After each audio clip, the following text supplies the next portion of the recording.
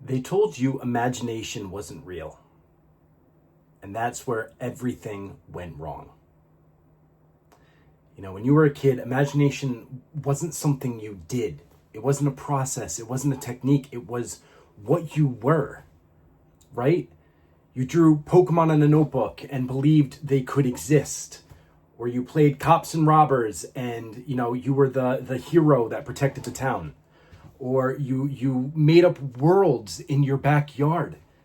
Forts out of, you know, blankets and pillows, and they were just as real as this one. You know, I remember being like 6 and driving into my dad's truck with my friend, and we backed it up, pretending that it was like one of the dinosaurs from Power Rangers, and we were about to pilot the Megazord. And literally, you know, as I put the key in the ignition, put it in reverse, the car started backing up. My dad came jumping out of the house, screaming, "Zachary, what are you doing? Get out of that fucking car!" Right? But no one could tell me that I was not piloting the Megazord, that I wasn't going to save the world. To me, it was absolutely real. And no one could have convinced me otherwise. Then somewhere along the way, someone told you to grow up, that that's not real, that's, you know, you need to grow up and get real, as that same dad would always say to me, right? And you did. You grew up. You did what you thought was expected of you, not realizing that meant giving away the only power that you ever had. All right, guys, welcome back to ZAKARI, HIKARI. My name is Zach, and here we discuss everything related to manifestation, conscious manifestation, higher consciousness, the law of assumption, Neville Goddard, all that good stuff. If you guys are ready to stop looking for the proof and actually see the identity that you've been fused with, and why when you imagine, you keep hearing that voice in your head and you go right back to the same old patterns, creating the same stories in your head, all my information's down below. I'm happy to help you, okay? So, guys, let's really talk about this. What this entire illusion made us do, okay? We traded imagination for logic, what we consider to be the logical, you know, explanations of the world. Wonder for strategy, creation for control, right? And now we call it adulthood. Adulthood. How happy is adulthood? Seriously. But guys, like, look at the kids, look at the children. They don't try to believe, they simply do, right? That's the natural state of consciousness before fear taught it to measure. And it's written in the Bible, right? Gospel of Thomas 3. When you know yourselves, then you will be known, and you will understand that you are the children of the living God. But if you do not know yourselves, then you live in poverty, and you are that poverty. Right? It's written right there. Every child lives in that knowing until the world teaches them to forget, or the illusion teaches them to forget. And they think that they're, you know, doing the right thing by giving up that one thing that made them so powerful. And it's happened to all of us. Every grown-up is just a child pretending that they forgot how to imagine. Really think about that. I'm going to repeat that. Every grown-up is just a child pretending that they forgot how to imagine. Every realist is someone still recovering from the disappointment that they mistook for truth. Right? Now let's talk about the spiritual greats and what they have to say about this. All right? Neville Goddard said, quote, "Man's chief delusion is his conviction that there are causes other than his own state of consciousness." He also said, "Imagination is the very gateway of reality." He also said, "The world is yourself pushed out through imagination, through a fused state," or as he calls it, a dwelling state of consciousness, your identity. And he said, "Be still and know that you are God. This means stop imagining lack." Seth, through Jane Roberts, said, "You create your own reality. There is no other rule." He also said, "Imagination is the medium through which all realities are formed. And the imagination backed by great expectation, can bring about almost any reality within the range of probabilities. Guys, they weren't giving us a technique, right? Like they were giving us the blueprint of existence itself. You are imagination. You are a pure imaginative being.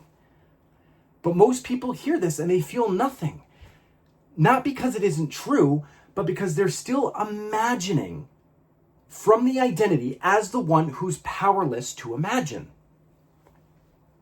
And we're not going to talk about if you can imagine images, not images. Everything that you're using is imagination, whether it's inner conversations or whatever it is. It's all imagination. Okay? So if you're one of the ones out there who says, well, I have, I think it's called aphantasia. Forgive me if I'm pronouncing that correctly, but, I can't imagine in pictures. Everything is imagination. You're imagining this whole experience right now. It's all imagination. Okay? So I just want to give you guys some relief there. Okay? So let's talk about the split. Okay? You grew up and traded wonder for logic. All right? And you started thinking, I'm realistic. But what you really became was restricted. Self-restricted, I might add. Right? You learned to call faith delusion and call fear being responsible. You learn to measure what's possible by what's been done before. And every time you try to imagine something new, something better, something different, a different reality, a different life, a different identity, the old identity just kept whispering, this is fake. Don't embarrass yourself. Be sensible, right? This is why this can't happen. This can't happen because of A, B, D, C, D, E, F, G, that little voice in your head that keeps trying to drag you back once you finally take the step to imagine. And guys, that voice is not wisdom. It's survival. It's the old identity, the ego, the illusion itself trying to hold its ground. It doesn't want to give up because that's how the game is structured. That's how the entire game, the illusion, the holographic hologram was programmed. So you don't easily just awaken because then that just would be chaos, right? You can't imagine a new world while you keep defending the one that you think is keeping you safe. Because the moment you defend the old, you're just freezing the new. You're not letting it conform into the new reality, right? Like every dream that's ever scared you, that's not a warning, guys. I want you to really hear that. It's a doorway. And the voice saying, don't go, is just the echo of who you used to be, telling you that it's impossible, or you can't do it, or not to imagine, or don't put your imagination there because it's not safe. It's just trying to keep you stuck in the world that you've self-imposed yourself in this whole time. So, guys, let's talk about how to turn this in imagination. All right, to all my 90s kids out there, right? And this isn't applicable to everybody in my audience, but if you were a 90s kid, right, you held your morpher, you had your blaster and shouted it's morphin' time. I remember my friends, we always used to say what range we were going to be, and we'd stake up and down the neighborhood and just go back and forth and have these massive battles on the cul-de-sac, right? You didn't think I'm pretending, you became a ranger. You felt it, you moved differently. The air around you literally changed. You're having a tea party, or you're playing, you're in the Olympics, whatever you played, you became that thing in consciousness. And that was pure awareness before self-doubt. Consciousness knowing itself as form, which is what literally creates your reality. Okay? You didn't lose that ability. You cannot lose that ability. You are an imaginative being. You just learn to call it impossible, to limit yourself through imagination. If you really want to unpack this, you're really just imagining all these limitations upon yourself from your own power of imagination, right? Neville said, the drama of life is a psychological one in which all the conditions of your outer life are determined by your inner conversations. Inner conversations meaning imagination. What are you imagining? And you're still doing it, right? Like you just swapped, I'm the hero, I'm the Power Ranger, I'm the whatever, the Pokemon Master, whatever it was that you were being, for I'm behind, or I'm not chosen, or I'm not enough. You just started imagining a new character and imagined yourself into and from that state. You're still imagining, but now it's just bills and heartbreak and rejection and all the reasons why you can't be who you want to be and have the life that you want to have, right? And you call that being realistic. And that's somehow in the human mind, that's like, it's put on this pedestal of, okay, yeah, grow up, be an adult, do this, do that. It's so great. But how many people do you know who are actually happy doing all this bullshit, right? Not many. Guys, imagination isn't escape. It's return to who you really are. It's return to the place where everything begins. The alpha, the omega, everything is you as pure imagination, as pure consciousness. Identifying, okay? So, guys, you don't have trouble imagining. You have trouble seeing who is doing the imagining. You have trouble seeing what identity you've been fused with when you go to imagine and why that voice keeps trying to drag you back. I had so many clients this past week who kept saying, well, every time I imagine, I just hear this voice in my head. And every time I put my imagine on it more, it just feels like that voice is getting louder. But that's the identity. That's where you shift it. And that's not something that is just, I'm going to spout on a YouTube video. That is literally, you need to see gently where your awareness is, who you've been identifying as, and gently walk through it. Right?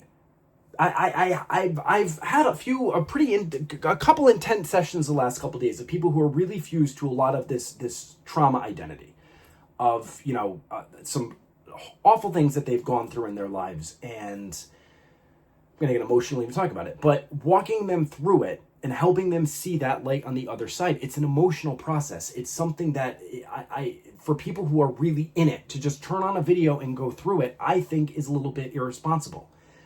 Because there needs to be a follow-up. There needs to be some type of safety net under it. But the point lies, the identity that you are imagining from is why you're not seeing things changing out there, guys. Like, you can't change who you aren't aware that you're identified with. It's always going to come down to identity from imagination, right? If you still think you're the one who's waiting, every single image of having will secretly reinforce the waiting, because it's going to come from that identity. You're seeing it through that lens. You're going to keep imagining through that lens. The moment you actually see it, everything starts to shift, because then you can start to let it go.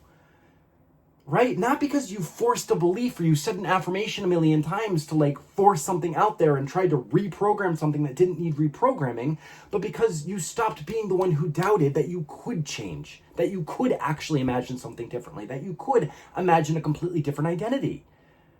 The only thing you ever struggle with is believing you're not already what you imagine yourself to be.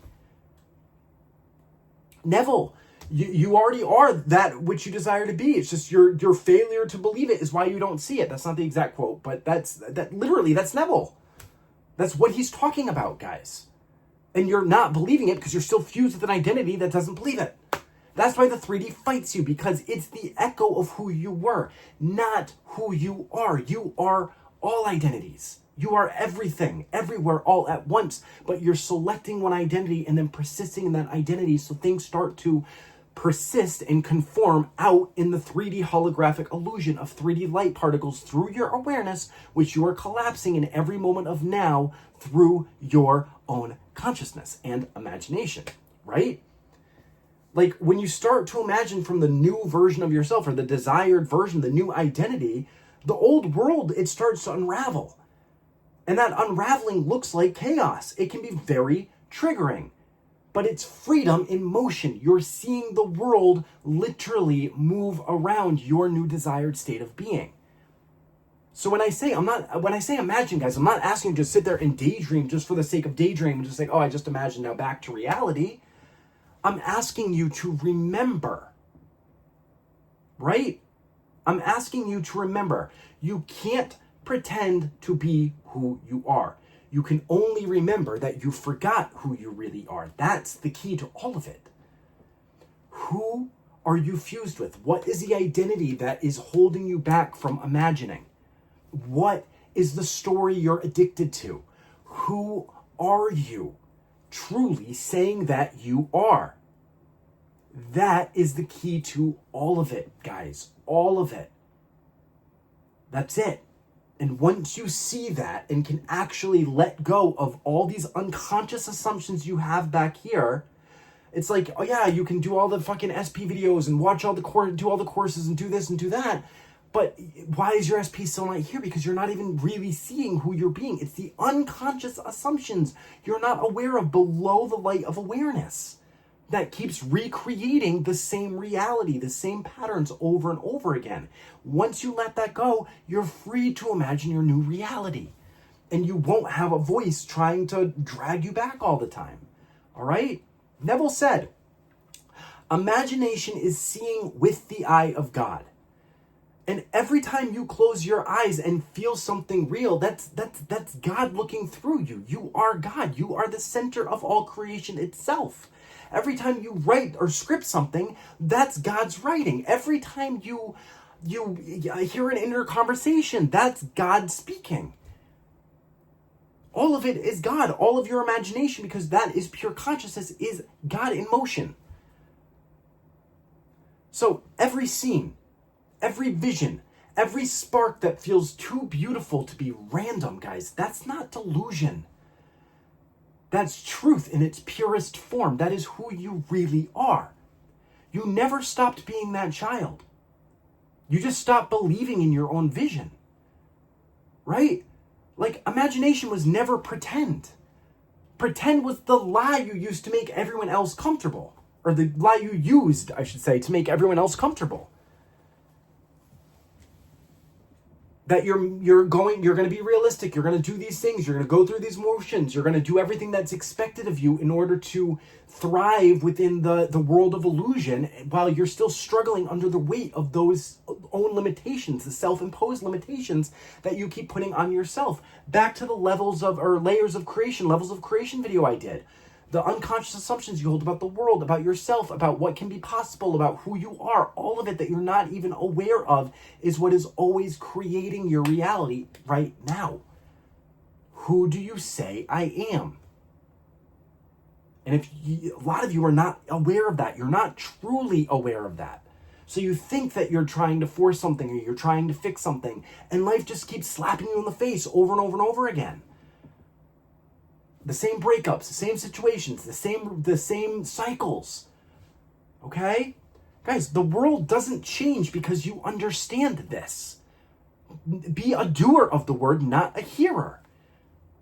Just because you watch some videos that make you feel good and give you that dopamine hit and talk about just going to I am, just being free and all this, that's not what collapses the 3D quantum wave from your own personal first-person perspective. That's what creates reality. That's what creates your reality. It changes because you live it, right? Like, don't wait to believe. Decide to remember. Stop trying to use imagination to fix your world and trying to change the movie. Start seeing that imagination is your world. Neville said, change your conception of yourself and you will automatically change the world in which you live. Conception of yourself. Who do you conceive yourself to be? That's why I'm always talking about identity, guys, because who you conceive yourself to be is the identity that you are fusing yourself with. And until you can see it, you're going to have a really hard time letting that go, because you're just going to keep going in the same circles again and again, not even wanting to look at who you've been being. You're not even going to want to see it. You're not going to want to be aware of it because it's too painful sometimes to look at and say, oh my God, I've been aware of this my whole life. Who you conceive yourself to be is not a conscious thing. You're not conscious of the stories you're holding on to and who you're being. That's why it's called unconscious. But once you see it for what it is and you bring it to the light of awareness, that's how you let it go. It's a personal experience for everybody because everybody has a different story that they're telling. Okay? Guys, like the dinosaur never existed in real life from from a realistic perspective. But the moment I turned that key, the moment I put that truck in reverse up the driveway, right? The whole universe bent around that belief that I was the one driving it, that I was that ranger. I was the Power Ranger. I was the Black Ranger because, Zach, but But that's what creation feels like, guys. You're bending the world through your belief and conviction in imagination. Imagination was never pretend, guys. It was the only thing that was ever real, and it's the only thing that continues to be real in your life. So if you're ready to stop pretending that imagination isn't real, see who you're fused with, why you're struggling so much to imagine and stay in that state, why that voice keeps coming up, where that voice is coming from, what identity you've been fused with, right? The link's below. If you're ready, you'll know you're ready. I'm here when you are. If you're not ready for that and you want to just click on the videos that talk about just do this technique and do this and do that, and you want to sit there and just go in circles all day and get the SP and lose them again because you're not actually changing who you are, have the money come in and do that, go do that. That's fine. I'm not here to judge. I was on that journey myself for a really long time, right? But I'm telling you, the identity that you are fused with, who you say you are, is why your world looks the way it does, because through that lens is what you're imagining. And once you see that, you're free to imagine anything you want. All right? All right. I love you guys, and I will talk to you soon. Keep imagining. Okay? All right.